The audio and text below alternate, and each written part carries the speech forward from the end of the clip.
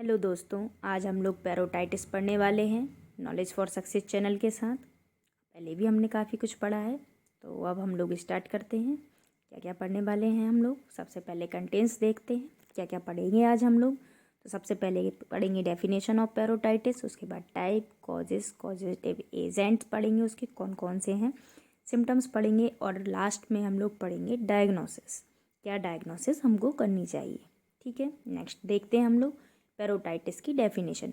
Parotitis is an inflammation of one or both parotid glands, the major salivary gland located on either side of the face in humans. The parotid gland is the salivary gland most commonly affected by inflammation. Parotitis होता क्या है? अगर आपकी पैरोटाइड gland में inflammation हो जाएगा, किसी भी कारण से इन्फेक्शन हो जाएगा, तो हम उसको क्या बोलेंगे? पैरोटाइटिस बोलेंगे। आपके दोनों चीक्स में नीचे की साइड सिचुएटेड होती हैं आपकी दो पैरोटाइड ग्लैंड, वन इन पेयर, मतलब दोनों साइड एक एक ग्लैंड प्रेजेंट होती है। जस्ट आपके कान के नीचे की साइड और जो आपकी मैंडिबल जो बोन है उसके जस्ट पीछे की साइड।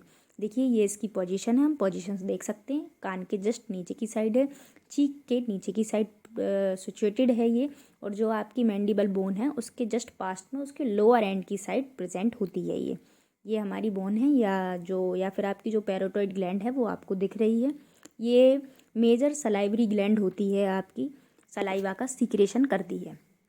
तो देखिए और देखते हैं हम टाइप्स देखते हैं। सबसे पहले तो दो टाइप की है ये, हमें मेन बेसिस पे मिलेगी। तो पहली है आपकी बेस्ड ऑन द ऑनसेट, मतलब कैसे आपको हो रही है।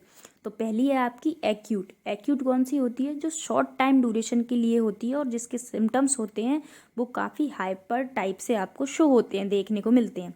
नेक्स्ट है आपकी क्रॉनिक, जो धीरे धीरे होती है और बहुत लंबे समय तक होगी, उसको हम क्रॉनिक बोलेंगे। और लास्ट है आपकी क्रॉनिक विथ एक्यूट एक्जर्वेशन। ये क्या होती है? होती तो क्रॉनिक है, लेकिन इसके जो साइन एंड सिम्टम होंगे वो आपको क्या एक्यूट जैसे दिखेंगे। नेक्स्ट है आपकी based on the causative agent, मतलब किस किस के थ्रू हमको हो रही है। तो पहली है आपकी बैक्टीरियल पैरोटाइटिस और दूसरी है आपकी वायरल पैरोटाइटिस। बैक्टीरियल पैरोटाइटिस जो बैक्टीरिया के थ्रू हो रही है उसको हम बैक्टीरियल पैरोटाइटिस बोलेंगे, और जो वायरस के थ्रू हो रही है उसको हम लोग वायरस पैरोटाइटिस बोलेंगे। तो ये दो टाइप हम लोगों ने पढ़ लिए हैं, वायरस पैरोटाइटिस वाले। अब नेक्स्ट हम पढ़ते हैं कॉजेस, मतलब किन किन कारणों की वजह से आपको पैरोटाइटिस हो सकती है। तो पहला कारण है हमारा डिहाइड्रेशन। अगर आपकी बॉडी के अंदर पानी की कमी हो गई है तो उस कंडीशन में भी आपको पैरोटाइटिस हो सकता है। दूसरा कारण क्या हो सकता है? इन्फेक्शन। किसी भी प्रकार का अगर आपके मुंह में इन्फेक्शन हो गया है तो वो भी आपको बहुत ही आसानी से पैरोटाइटिस कॉज करवा सकता है। नेक्स्ट है आपका ऑटो इम्यून कॉजेस। बहुत सारी ऑटो इम्यून डिसीजेस होती हैं, उनकी वजह से भी हमको क्या होता है? आपको पैरोटाइटिस हो सकता है। उस टाइम पे आपका जो इम्यून सिस्टम है वो ज़्यादा वर्क करने लगेगा, तो वो आपकी बॉडी को प्रॉब्लम कॉज करवा देगा। नेक्स्ट है आपका ब्लॉकेज। अगर आपकी पैरोटाइड ग्लैंड जो है, जो सलाइवरी का सीक्रेशन करती है सलाइवा का, अगर उसके अंदर कोई ब्लॉकेज हो गया तो उस कंडीशन में भी आपको पैरोटाइटिस हो सकती है। नेक्स्ट है डिसीज ऑफ अल्सरेशन कॉज मीसेट्रिक। ये क्या होता है? मीसेट्रिक एक पॉइंट होता है, आपकी मैंडिबल जो बोन है उसका जो लास्ट पॉइंट होता है वो जगह है ये। अगर उसके अंदर किसी भी कारण की वजह से, किसी भी डिसीज की वजह से क्या हो जाएगा? अल्सरेशन हो जाएगा, मतलब छाला हो जाएगा, तो उस कंडीशन में भी आपको पैरोटाइटिस हो सकता है। नेक्स्ट है आपका लास्ट हाइपरट्रॉफी। हाइपरट्रॉफी क्या होता है? अगर आपकी पैरोटाइड ग्लैंड की सेल में एबनॉर्मल साइज बढ़ गया है तो उस कंडीशन में भी आपको क्या हो सकता है? पैरोटाइटिस हो सकता है। नेक्स्ट देखते हैं हम कॉजेटिव एजेंट। तो सबसे पहला है आपका staphylococcus aureus is the most common causative bacteria of the acute suppurative parotitis and treatment for MRSA should merit consider when at risk. देखिए सबसे पहले कॉजेटिव एजेंट क्या है? मोस्ट कॉजेटिव एजेंट है आपका स्टेफाइलोकोकस ओरियस होता है। एक्यूट टाइप की पैरोटाइटिस कॉज करवाता है, और इसमें हम कौन सी मेडिसिन यूज़ करते हैं? Methicillin resistant staphylococcus aureus medicine का यूज़ किया जाता है। नेक्स्ट है आपकी viral parotitis is most common in world wide than bacteria parotitis with mumps beings the most common viral cause of parotitis in childrens. देखिए होती कैसे हमको वायरल पैरोटाइटिस? आपकी वर्ल्ड वाइड होती है, मतलब पूरी दुनिया में फैलती है आपकी बैक्टीरियल पेरोटाइटिस के थ्रू ही है।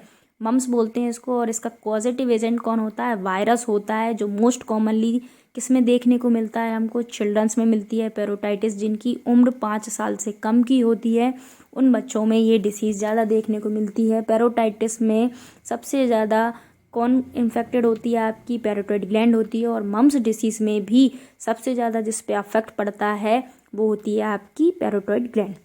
उसके बाद है हमारे प्री डिस्पोजिंग फैक्टर। और क्या क्या कारण हो सकते हैं आपके? देखिए इसके अंदर है डिहाइड्रेशन, जो हमने पहले पढ़ ही लिया है। उसके बाद नेक्स्ट है आपका माल न्यूट्रिशन। अगर आप नरिश्ड हैं, मतलब जितनी आपकी बॉडी को ज़रूरत है उतना आपने न्यूट्रिशन नहीं लिया है, तो उस कंडीशन में भी आपको हो सकती है। इम्यूनो सप्रेशन है, अगर मतलब आपका इम्यून सिस्टम जैसे उसको वर्क करना चाहिए वैसे नहीं कर रहा है, कम वर्क कर रहा है, तो उस टाइम ड्यूरेशन पे भी आपको ऐसा हो सकता है।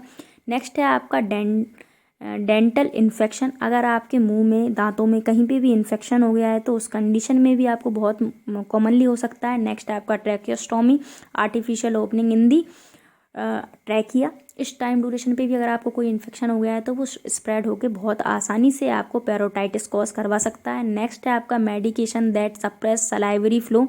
ऐसी दवाइयाँ जो आपके जो आपका सलाइवा का फ्लो है उसको रोकती हैं या कम करती हैं, उस कंडीशन में भी ऐसा हो सकता है। ऐसी कौन कौन सी मेडिसिन्स होती हैं आपकी?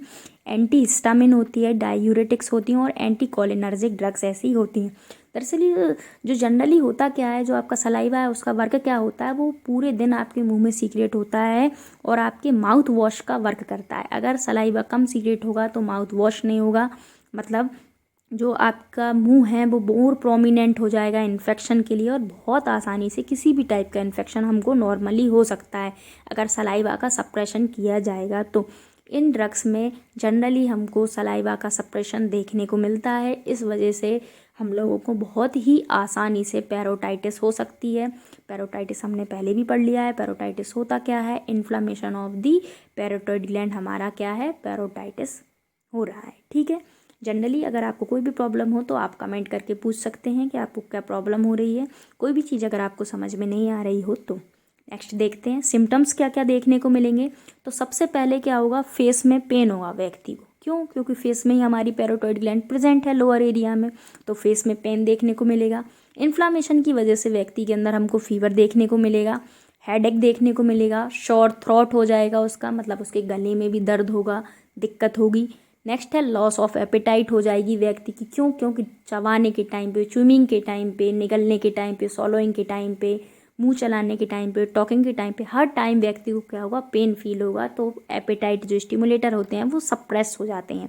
नेक्स्ट है swelling of the parotid gland, the largest salivary gland located between the ear and jaw. कहाँ पे लोकेटेड है? ईयर और जॉ के बीच में लोकेटेड है। और इसके अंदर क्या देखने को मिलेगी हमको? सूजन आ जाएगी। ठीक है। नेक्स्ट है सॉइलिंग ऑफ द टेम्पल्स और जॉ। टेम्पल्स वाला एरिया कौन सा है आपका? जो कान के पीछे है उसको टेम्पल्स बोलते हैं, कान के ऊपर और कान के पीछे की साइड। और जो कान से नीचे का एरिया है उसको हम क्या बोलते हैं? जॉ बोलते हैं।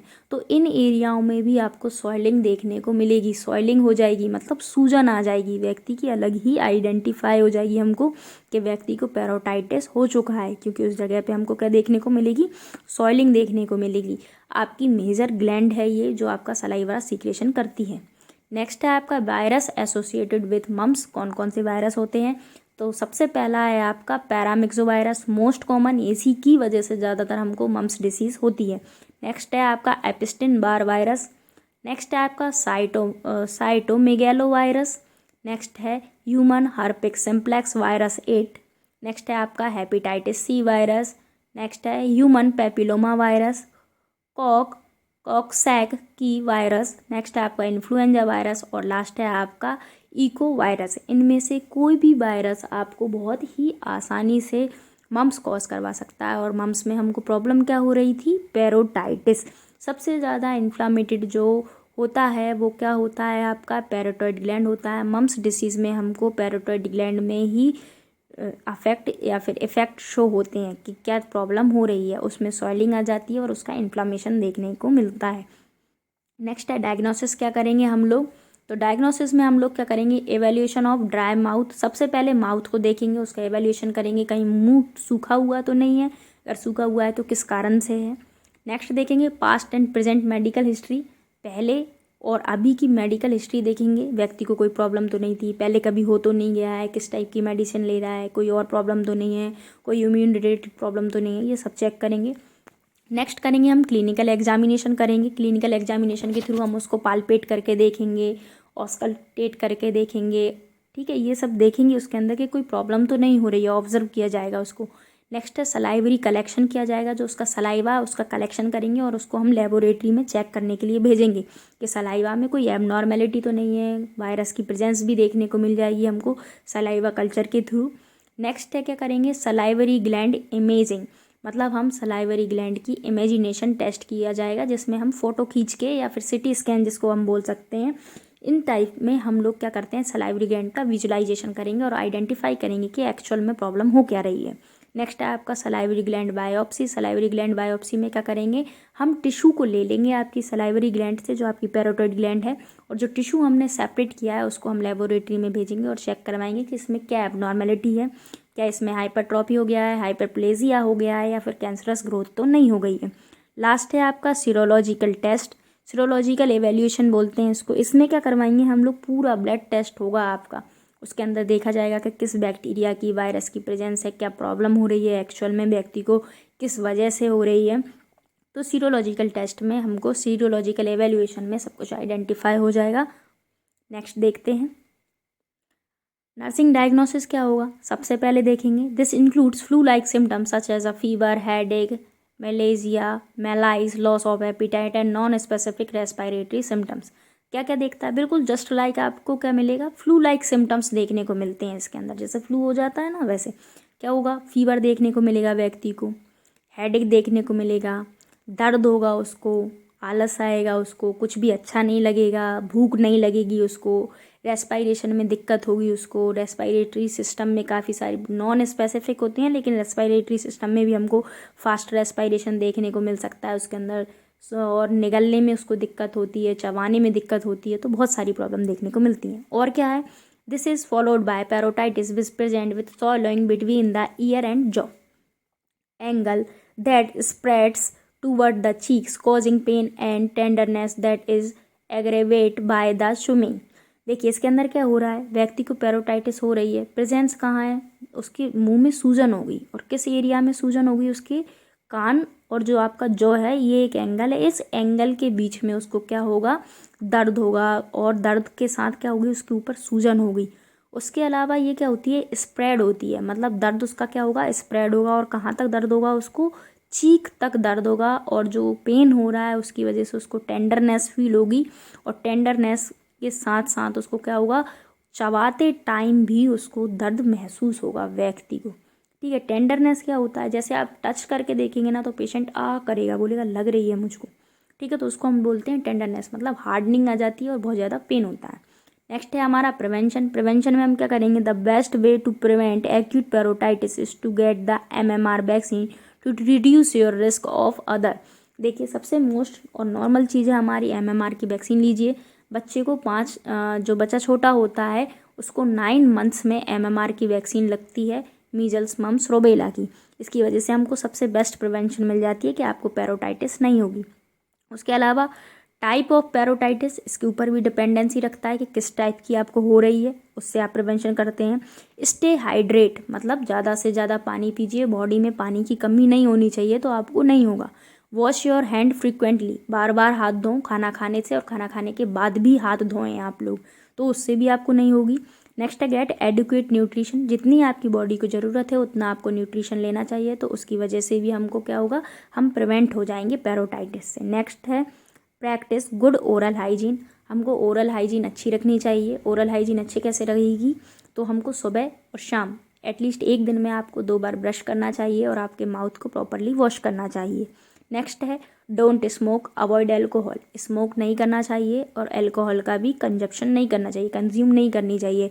स्मोक और एल्कोहल से आपकी पूरी बॉडी डिस्टर्ब हो जाती है, और सबसे ज़्यादा आपकी ओरल कैविटी को इससे इफेक्ट पड़ता है, तो ओरल कैविटी ज़्यादा प्रोमिनेंट हो जाती है इन्फेक्शन के लिए, ज़्यादा ससेप्टेबल हो जाती है, और अगर ओरल कैविटी में आपकी इन्फेक्शन हो गया तो पैरोटाइटिस आपको बहुत आसानी से हो सकती है। और लास्ट है आपका प्रैक्टिस सेफ सेक्स।